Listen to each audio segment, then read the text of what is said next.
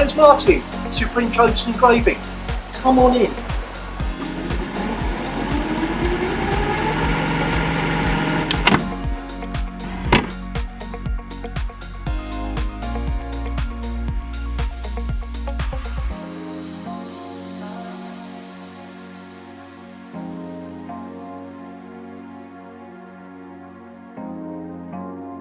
Let's have a look at the assembly room and stock room. Come with me. Let me show you around the stock room. Come on through. Here we've got an Aladdin's cave of all sorts of goodies. From football awards, as you would imagine. And we've got stuff boxed up, ready for your purchase. We can engrave stuff quickly for you. Put your logo in stuff really quickly, get it out to you the same day.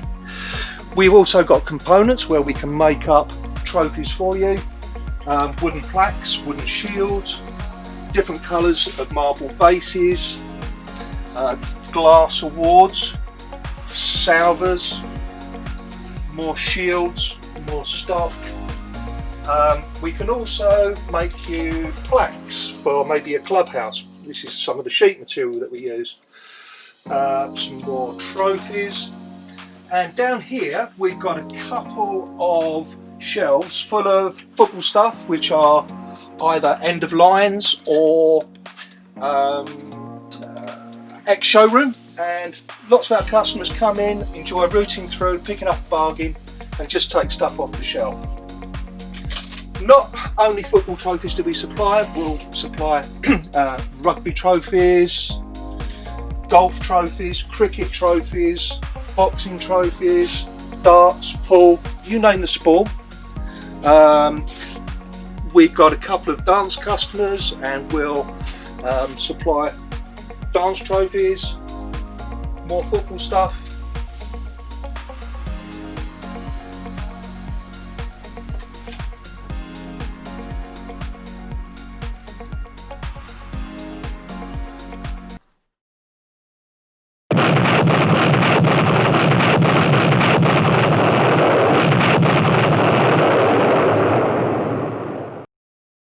Here we go.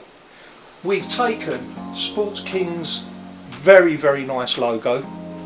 We've adapted it so that we can actually engrave it. It's not all logos that we can just take out of the box and engrave, so we've had to do a bit of pre-work on the logo.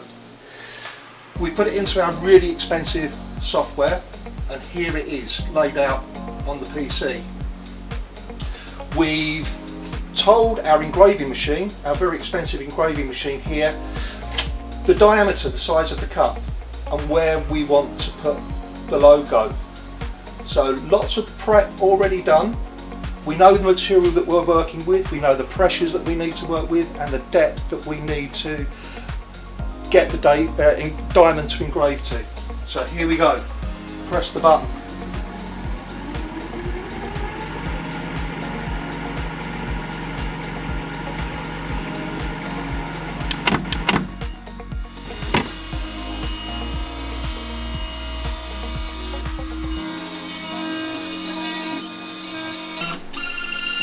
Here we go, the finished deal. All we need to do now is assemble the cup, put the base on and the lid, and we can show you how it looks. These are really nice quality cups, British made. One lid, last a lifetime. One cup.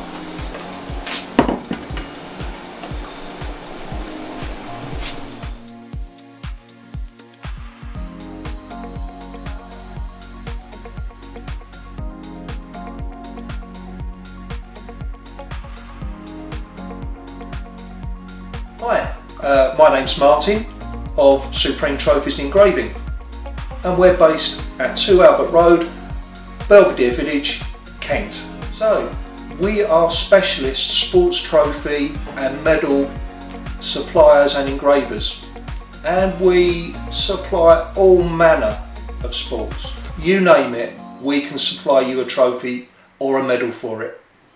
So how did Supreme Trophies and Engraving start? Well, it started from my garden shed. I knew that I was about to lose my job.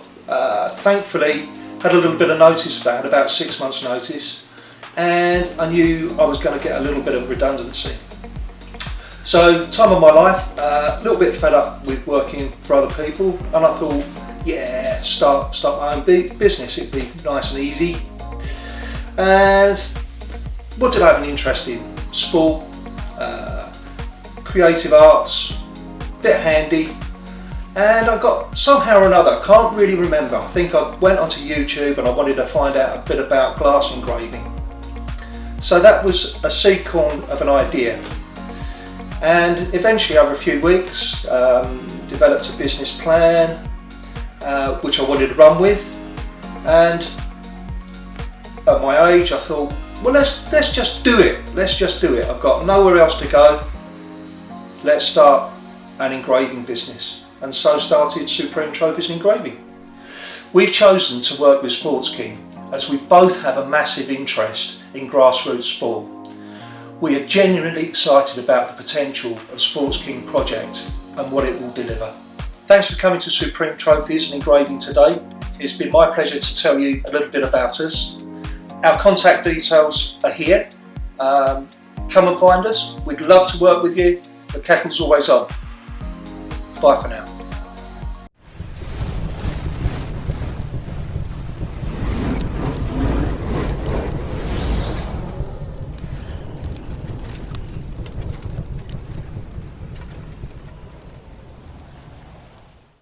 Good afternoon, my name is Jason. I'm the League Secretary for the Woolwich and Eltham Sunday Football Alliance, known locally as Westwood. So Westwood started, for people that don't know, I managed a team called Charlton United. Charlton United started in 1992. They were actually called Charlton Catholic Club. I changed the name back in 1997 to Charlton United because we weren't recruiting players. We played in the Woolwich District League for a couple of seasons, then went to the Eltham District League. And it was at the Eltham District League when decisions, not for Charlton United, but for other clubs, but just they went against rule. And I asked the management committee, I'm inquisitive like that, why they decided to make those rules and not do it for clubs' benefits, and so forth. So I had a conversation with that management committee and asked them if they would have a look and if there's any vacancies for me to join the management committee. So I went in as treasurer. I know nothing about finance, that's not my background. I run a railway for a business. It was important for me to go in and make decisions and try and make them aware of what's going on. Thankfully I was able to do that as treasurer. Over a period of a few years, I then became the fixture secretary and registration secretary, and in 2003, 4, 5 I started talking to a guy called Mike Tapping of the Woolwich District League. Charlton United were doing really well, they were in the Premier Division. They hadn't won the Premier Division but come second. I knew Mike Tapping from the time we was on the Woolwich District League. We just spoke generally. There was a decline in 11-a-side men's football around about 2004, 5, maybe even up to 6.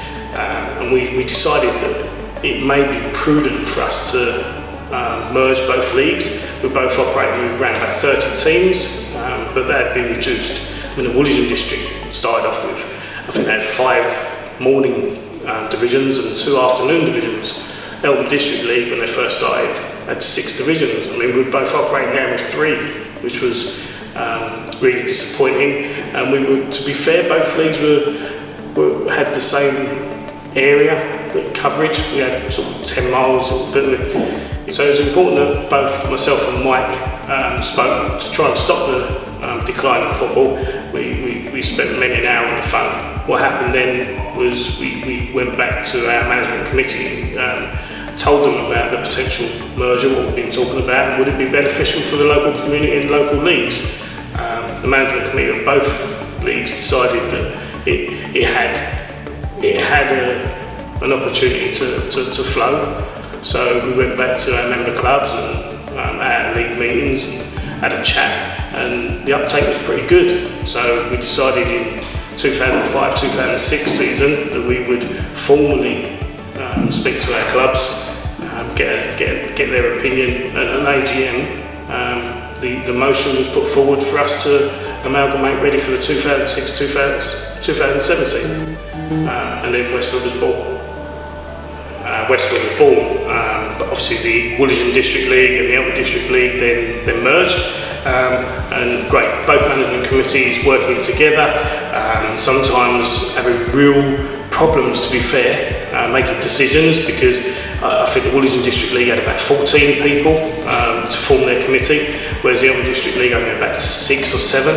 So to try and get a decision made with 21, 22 people involved was sometimes quite hard. But there's always a saying in there, where there's a will, there's a way, and it was important that the reason for our amalgamation was to provide football for the local community and local clubs. Therefore, to benefit them, it was important for us to ensure that we made the right decisions most of the time. A decision was made in 2013 and 14 when we had a bit of a management committee shake-up. I became league secretary from registrations. In 2015-16, I approached Shane Hoadley, who was the chairman of the Meridian Sports Centre, because we'd lost so many people at Christmas. It was important for someone steadying ship. I was doing so many jobs, whether it be fixtures, chairman, league secretary, all kinds of roles, the website administrator. It was just unsustainable. Thankfully, he agreed to join for the interim period for sort of about 18 months as such. A year after, we was able to get Dave Fung involved as deputy chair, to then sort of take over from Shane when Shane does decide to move on. We had Jenny Vrillo arrive for conduct secretary and overhauled that process. We had Dave Hooker come in for referee secretary, and see an immediate change with regards to that. So we had people, Steph Pinner doing treasury. We had round pegs, round holes. It was really important, and we had a management committee that cared, and that shared the same passion, and also was able to evolve. So currently, the Westphal for 2020-21 has gone to 8 divisions. We've got 90 member clubs, and just this morning another inquiry's come in. We've slowly increased from 5 divisions to 6 to 7, as I say now 8, which is a testament to all the hard work that the management committee are putting forward. We're an FA commended status league. We got sponsorship for all our divisions, which is great. We want to be involved in the local community, and we cater for all. So our top division, I believe, is really, really competitive, and even within Division 6 or 5 as it was last season, you got players that just want to play with their mates. So we currently run with 15 cup competitions, one being the Pat Townsley Memorial. Pat Townsley used to be vice president of the league. Unfortunately, she passed away in 2010. So as the community shield as such as the national game sees, we have the Jurist Shield winners and the Premier Division winners play each other as a curtain raiser at the Meridian, and all proceeds are given to the Greenwich and Bexley Hospice. Also on the same day, we've got the A&H International Cup, which is any referee that referees on our league that wants to play football, they play the best sportsmanship team of the year. Again, really, it's like an extravaganza. We have it down at Meridian. We try and raise as much money as we can for the Greenwich and Bexley Hospice, and it's a really good fun day. Going back to the Westwood League, so every division has a cup competition. You've got the President's Cup for the Premier Division. You've got the Wyn Jones Memorial Bowl. Wyn Jones used to be the league secretary of the Woolwich District, sadly passed away in 1987. But the bowl was presented in her memory by the Woolwich District. It's important that we keep playing for that, as I say, the senior division. The oldest cup in the league is the Alliance Cup. That's Division 1. That was first played for in 1891. A little bit older than Dave Fung. Then we got the Leader Trophy. We got the Len Wareham. So Len Wareham, he was the chairman of the Eltham District. I never got to see Len Wareham. Unfortunately, passed away before I joined the Eltham District League. So after the Len Wareham, you've got the JW Brickwork Cup. It's a new sponsor, thank you very much. They've done an excellent refurbishment job at Dave Hooker's house. Yeah, then we've got the Sportsking Cup and the Mike Strong Memorial Cup. So they're all sort of divisional cups that we're hoping to play next season, weather dependent and COVID-19 dependent. We've also got the Jewish Shield. So the Jewish Shield, massive shield. Everyone likes the Jewish Shield. That's open to all member clubs. And that was first played for in 1905. Charlton Athletic have won that before they turned professional 3 times. We've also got the Plumstead Challenge Cup, which is a local cup that we administer, but it is available to external clubs as well. That's been going since 1931. Also, we've had our cup competitions. We've got the Fred Jolly Memorial Cup for players that don't know, or people that don't know. Fred Jolly was a referee on the Eltham District League, and he died on the field of play after a heart attack. We've got Peter Smith Memorial Cup. Peter Smith was the long-standing club secretary of Woolwich 90. Unfortunately, he passed away about 18 months ago now, maybe 2 years. And then we've got the Bert Holloway Memorial Trophy. Bert Holloway was the club secretary of Rochester Way Social back in the 70s, and I believe they played up until about 1986-87. Again, unfortunately passed away, so we've got that trophy in his memory. So lots of memorial cups that we play for, 15. So through discussions with Sportsking, it's quite evident for me that they will enhance the reputation of the league, and I'm all about enhancing the reputation. Reputation has been built on years and years and years, and we only want credible businesses and people that share the same passion associated with Westwood. So I do believe that they will enhance the reputation of this league.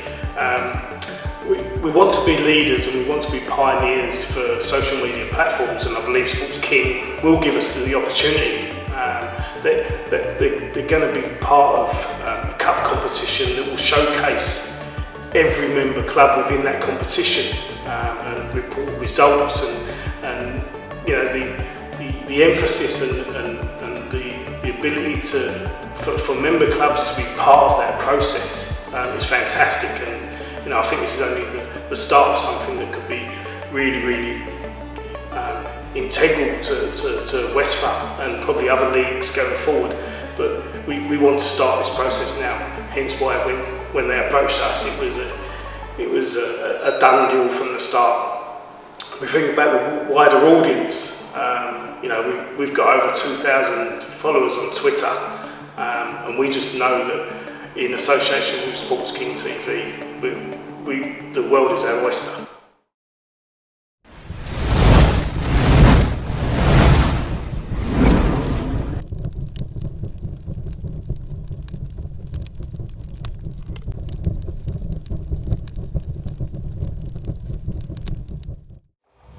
Hi, I'm Roger, League Development and Promotions Officer for the Croydon Municipal Sunday Football League. The league was formed by Keith Rhodes, who is still the life Vice President, and then sort of late 80s, 90s, there was two leagues within the Croydon area. There was the Croydon Sunday League and the Croydon Municipal Sunday League. Slowly, surely, both leagues sort of fell apart, and the Croydon Sunday League then sort of vanished into existence. And from that, the Croydon Municipal League sort of built its reputation back up again, and it's what it is today. A very good league with some very good teams in it. So in terms of the committee and its members, we have Damien Farnham, who is the chairman. We've got Michelle Fitzgerald, who is the league secretary. We have Jackie Gibbs, who is the treasurer. Then we've got Gordon Neve, who is the fines and referee secretary. We've got Cheryl Hartfield, who is the minutes secretary. Gary Frankham, the disciplinary secretary. Russell Cheeseman, who is fixtures secretary. Sally Mayer, who is registration secretary, and finally myself, the League Development and Promotions Officer.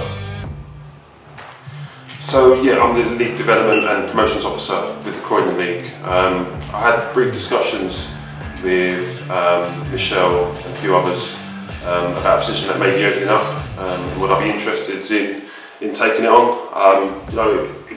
It was an easy decision for me to say yes to. I love the Croydon League. I love being involved in grassroots football, and anything I can do to help promote and help the league grow, it's just an easy yes for me. I enjoy doing it. I can make some great people, some great friends within the football community, and so if I can help just make the league just that little bit better or help it grow in any way, I'll be happy to be a part of that. So as a whole, we've got 4 divisions within the Croydon League: the Michael Donovan Premier Division, Division 1, 2 and 3, and then we've got 4 cups that run alongside the divisions. We have the Intermediate Cup, which is for Divisions 2 and 3. We have the Senior Cup, which is going to be the Sportsking Cup, which is for Division 1 and the Michael Donovan Premier Division. Then we have the League Cup, which is for every team in the league. And then finally the Invitational Cup, which is it's a sort of cup we run towards the back end of the season. Teams that are sort of running out of games, teams that have performed well in the discipline sort of side of things, and so we pick teams, we'll decide how that runs towards the end of the season. So it could be anything from sort of 8 up to 16 teams in that. So the standard of play in the Croydon League is very good, very high, especially in sort of the Prem and going down into Division 1. Some very good technical players. Teams just want to get the ball down and play some good football, and then you go down into the sort of Division 3, where it's more like friends that just want to get together, enjoy playing football together, have a laugh on a Sunday, just sort of relax, unwind, sort of vent and pent up aggression, for the use of a better word. So yeah, it's a broad range. Like I said, anything from very high standard down to just a kick about in the park almost. With friends. So in terms of working with Sportsking, we're delighted to be able to partner up with them, for them to sponsor our cup. It's a great opportunity for us as a league to showcase the talent and players that we've got in the league, the standard of football that's played, and in terms of Sportsking itself, I felt there's going to be great things coming from them. So to be involved with them, it was a no-brainer. To help us take the league to a wider audience, to showcase the talent and the ability that we've got within the league, is always going to be a good thing. I think Sportsking it's going to be great for the league in helping showcase that what we've got. I think there's going to be good things to come from them, and we can't wait to get started with them, really. This week's Selk podcast was brought to you by Down to Play, the simple app for next game availability.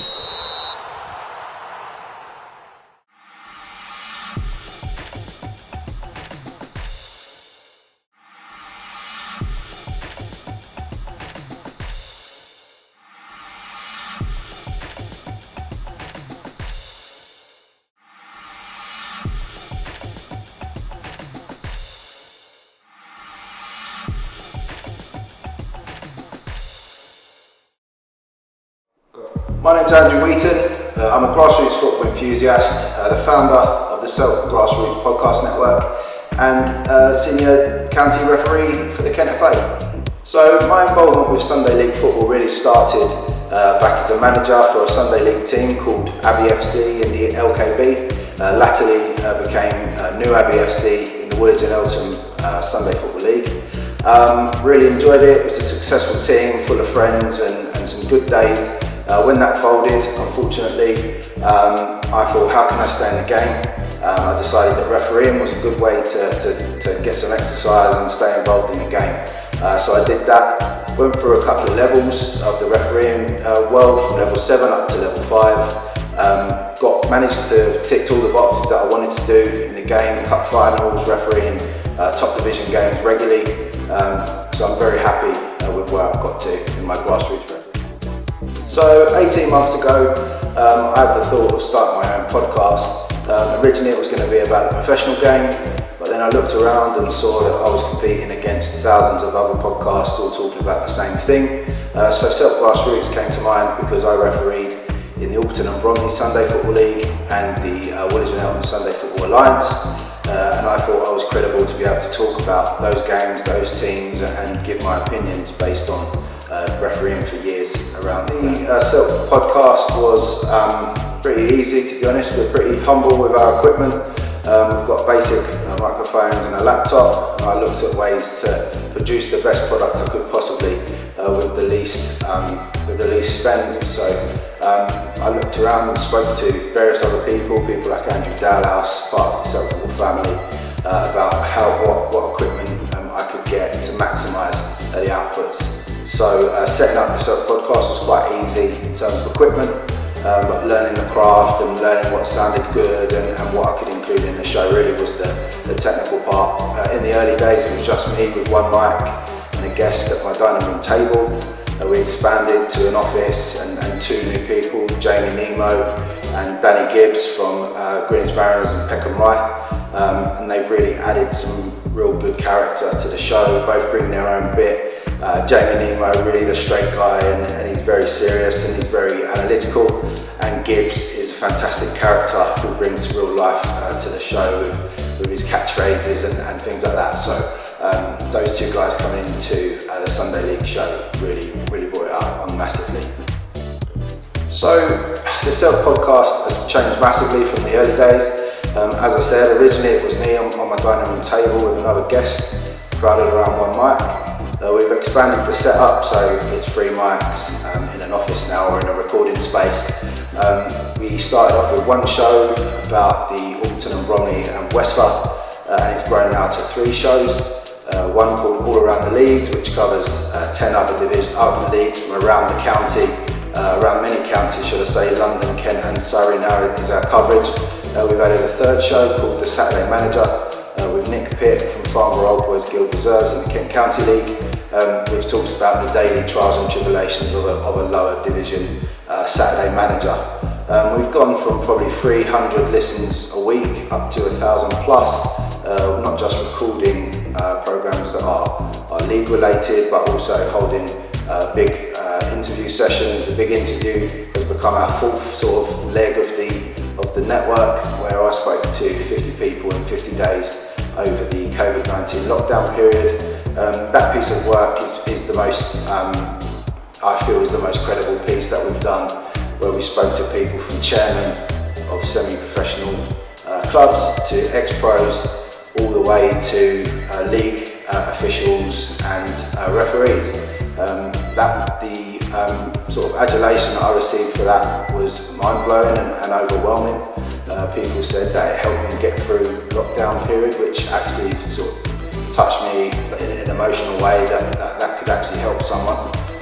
But all the shows put together now, it really makes us a strong sort of outfit, covering so many different subjects all around grassroots, but we've touched on mental health as well, which really is fantastic. So the opportunity to partner with Sportsking TV was a very easy one from my mind. I saw their work first and foremost with Peckham Rye TV's the YouTube channel, excellent, very individual style, different to everyone else. So when the opportunity came along to invite them along to film our self-charity 11 games, we did so. I was very happy to. After being let down by someone else, the Sportsking guys jumped in and helped us. Since then, we was impressed with the way they worked. Me and Nick Pitt especially were impressed with their work, so it was a no-brainer. Over the summer, discussions happened where there was an opportunity to collaborate with Sportsking TV on many projects, all sorts of different projects that I'm sure will be revealed later on in the season, but their work's fantastic. As I say, it's a very individual style. You find a lot of YouTube teams seem to try and copy the biggest people because it's successful for them, but Sportsking seem to stay true to their style, and that's something that I admire massively.